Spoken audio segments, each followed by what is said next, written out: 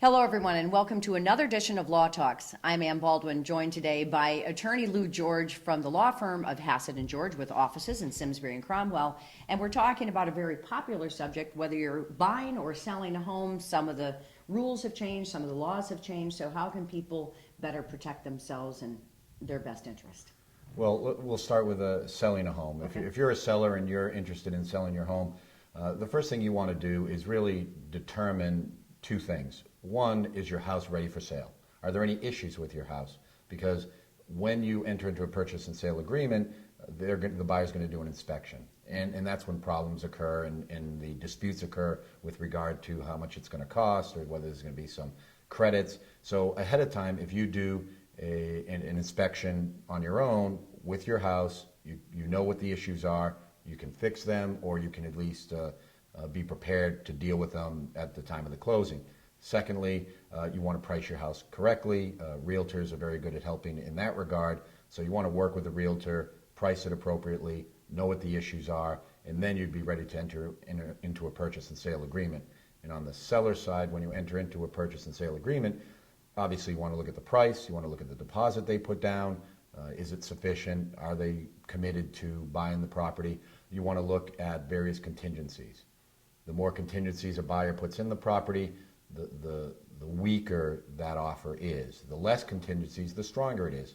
So on the seller side, you want less contingencies, shorter contingency dates, and that's very helpful.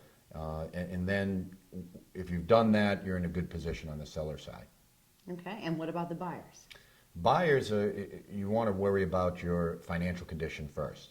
You want to know how much you can spend on a home. Pre-approval? Absolutely. You want to get a pre-approval from a lender that's pretty strong and pretty accurate. And once you have that, then you can deal with a realtor in terms of the parameters of your financial condition, because you don't want to be wasting your time. You don't want to waste the lender's time and the realtor's time with a house that you're stretched and can't buy.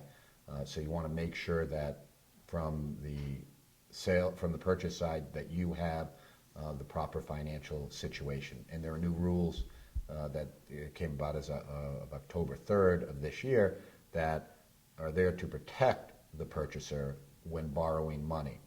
And those rules will affect how the real estate closing occurs in the long run. The settlement statement, which is the financial picture of your closing, which you usually see in this day and age, you would see it the day of the closing, maybe the day before.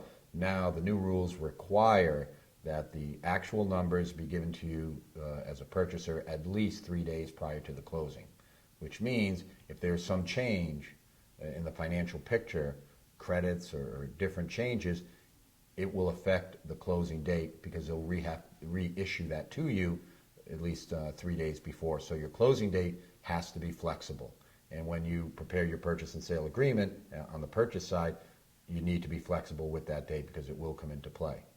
In addition, if you're selling a home and you need that money to buy the next home, you really want to leave yourself some leeway and some room so that on your sales side, you have the time to sell it, you have the money available, and it can be used for your purchase. If you do it too close or back to back, and your purchaser has a problem, it will just delay the entire closing. So the closing date is very important. Okay, well, some great advice, especially if you're buying or selling a home. So the rules have changed, the game has changed, and thank you for all that information on that. Again, attorney Lou George in this edition of Law Matters. And if you want additional information on buying or selling a home and what you need to know, you can also go to their website at hgesq.com. We'll see you again for another edition of Law Talks.